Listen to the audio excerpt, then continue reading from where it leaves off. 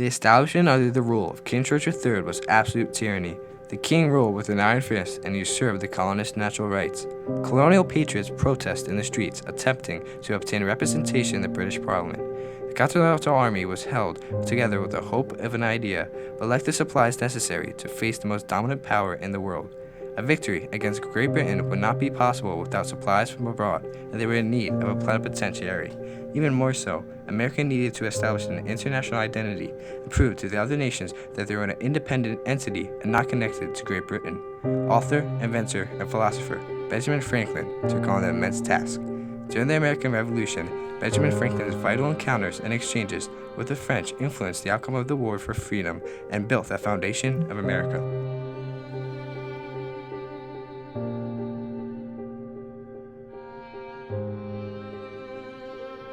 Following the 7 Years' War, Britain's resources were substantially drained.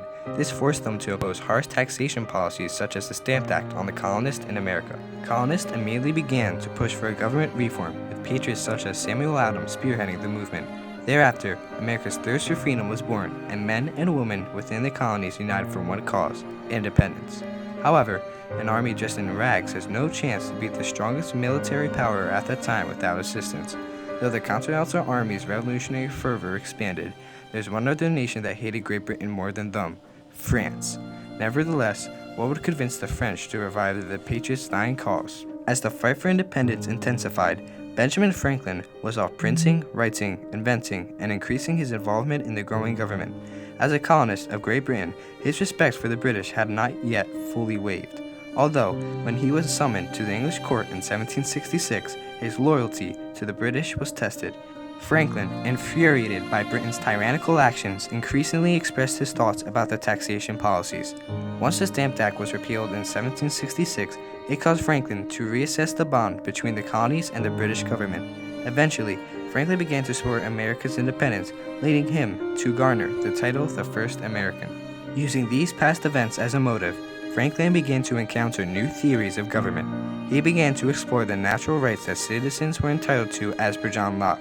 His vital experience in politics and vast knowledge made him a key member of the Committee of Five. This committee, tasked with the writing of the Declaration of Independence, helped break the bond between Great Britain and the colonies. To secure these natural rights, Franklin and Thomas Jefferson wrote in the Declaration of Independence, "We hold these truths to be self-evident, that all men are created equal, that they are endowed by their Creator with certain unalienable rights, that among these are life, liberty, and the pursuit of happiness." Franklin's contributions to the Declaration refused religious references that would otherwise limit the document. These additions would be the first of many he would make to the young country of America. As Franklin's input in the forming nation increased, he gained popularity and respect from the delegates. Due to his fame and newfound patriotism, he became the natural choice for the Continental Congress to be sent to France to spark an alliance.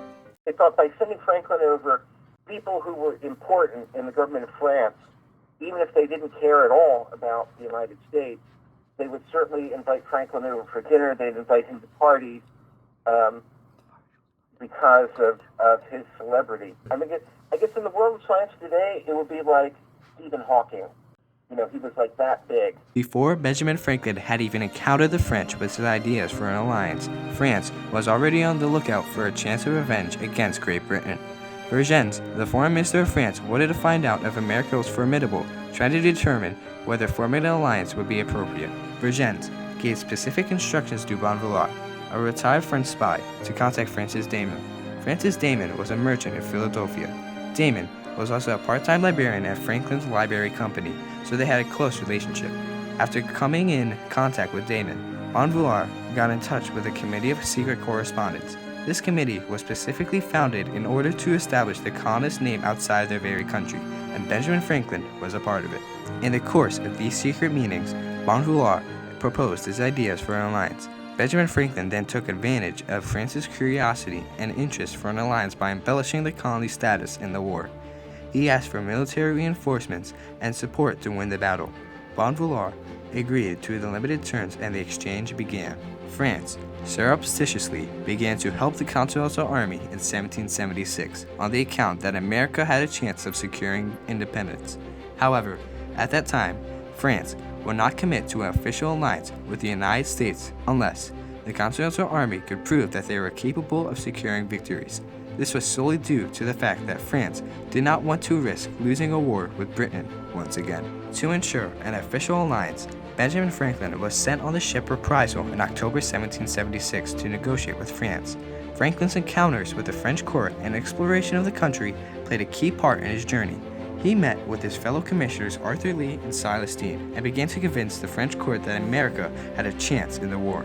King Louis XVI was arrogant and stubborn, and Franklin recognized that his best chance was seducing Vergennes with his plans for a formal alliance. Surprisingly, a lot of difficulty Franklin came across in France was his commission itself.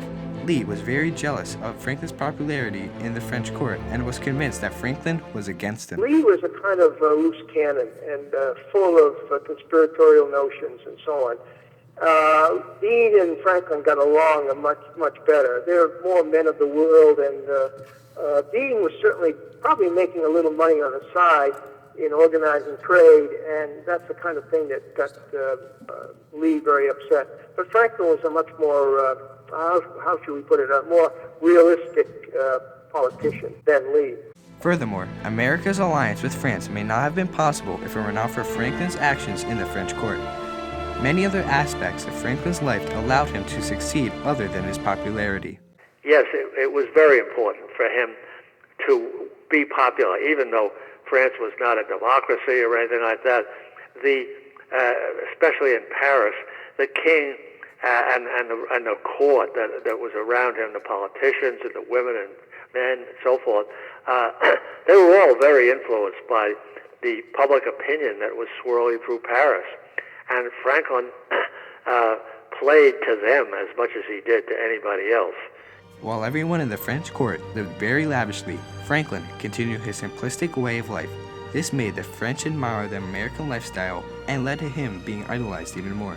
Franklin, aware of the impression he made on the French people, used it to pressure Vergennes and Louis XVI into an alliance with the United States. When Vergennes first encountered Franklin, he was dubious of the Americans' chance in the war.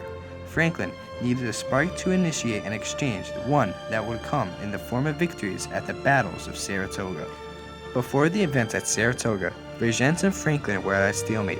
It was only until the news at the victories at Saratoga in October 1777 reached France could Franklin persuade Vergennes. After hearing of the battles, Franklin was ecstatic. He now had an opportunity to sway Vergennes into supporting the Patriots. He was shocked that the Continental Army had done so well at such a large battle. He knew that now was his chance to forge an alliance with France. Vergennes was extremely surprised when he heard of the events at Saratoga, as most Frenchmen were. Using this positive and his incredible persuasive talents, Franklin catalyzed the signing of the Franco-American treaties in February of 1778. The Treaty of Amity and Commerce started a universal peace and true and sincere friendship between the most Christian king, his heirs, and successors of the United States of America. On the other hand, the Treaty of Alliance presented an agreement where each country would fight for a common cause. France was finally an official ally of the United States of America. The American alliance with the French accomplished much more than supplying the colonists with money and soldiers. While becoming formal allies, the French implicitly legitimized the intent nation's status as the United States of America. The French alliance did what the Declaration of Independence and even the Revolutionary War could never do. It not only showed that the states had seceded from Great Britain, but that they were serious about becoming an independent nation. After the United States allied with France, the American Revolution changed from a war between two segments of the British Empire to a war between two separate nations. As the exchange with France of materials and supplies continued, the friendship of the alliance foreshadowed the outcome of the American Revolution. In 1779, France even convinced Spain to join the war with them.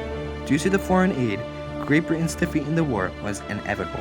Benjamin Franklin's encounters with the French were a key part in American history. Franklin convinced the monarchy to help support a nation striving for liberty. Franklin was the one who initiated the exchange with France for the Treaty of Amity and Commerce signed in 1778 and signed the Treaty of Paris in 1783, which ended the American Revolution. His diligent diplomatic work inspired an exchange that managed to save America in its darkest hours. Franklin's contributions facilitated the transition from subject to citizen and validated the United States of America as its own free and independent nation.